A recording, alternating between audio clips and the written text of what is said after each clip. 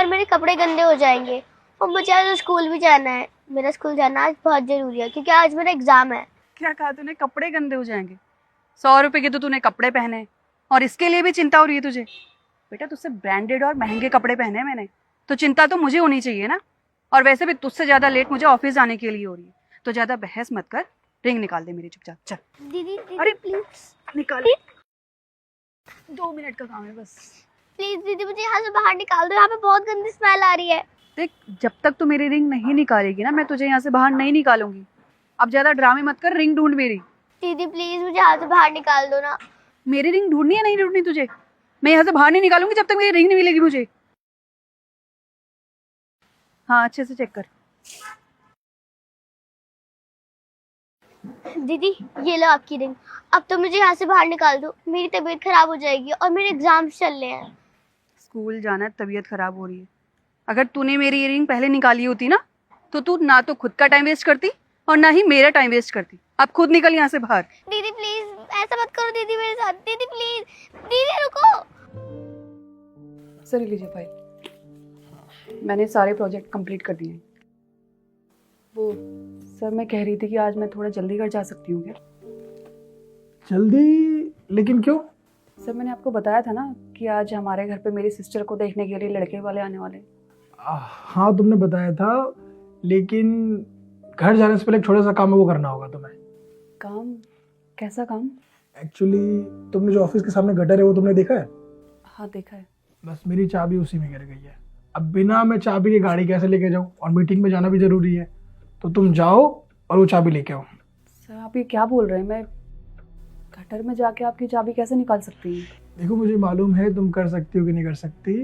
तुम्हें अगर घर जाना है जल्दी तो चाबी ला के दे दो, क्योंकि बहुत ज़रूरी है मेरा मीटिंग में जाना। अगर मैं मीटिंग में नहीं पहुंचा तो तुम सबकी नौकरी खतरे में जा सकती है। पर सर मैं ये काम नहीं कर सकती, और आप मुझे ही क्यों बोल रहे हैं काम करने को? आप किसी और को भी तो बोल सकते हैं ना, आप गार्ड को भी बोल सकते हैं। हाँ मैं बोल सकता था, जो अपने गार्ड है एक तो छुट्टी लेके घर चला गया और दूसरा किसी बहुत ज़रूरी काम से गया है, वरना मैं तुम्हें नहीं बोलता। और बाकी स्टाफ बहुत बिजी है, तुम फ्री हो इसलिए तुम्हें बोल रहा हूँ। जल्दी जाओ वरना नौकरी खतरे में चली जाएगी। नौकरी चाहिए ना तुम्हें? ये चाहिए? Yes sir. तो जाओ और मेरी चाबी लेके आओ। जाओ जाओ, सोचो मत, जल्दी जाओ।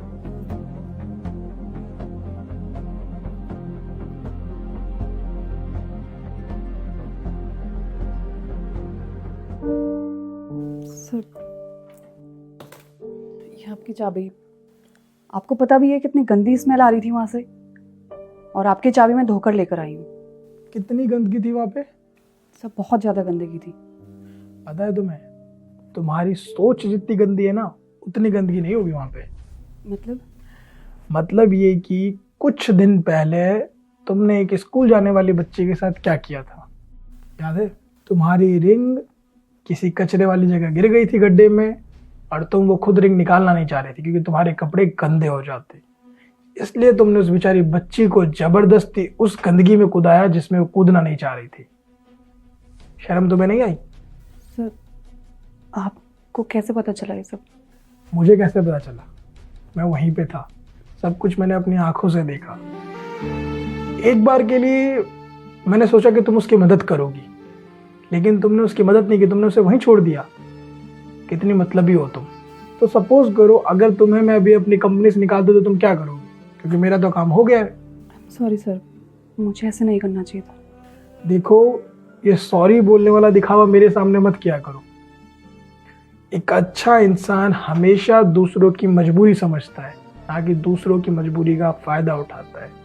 और तुमने भी उस वक्त वही किया। तुम खुद अपना काम कर सकती थी।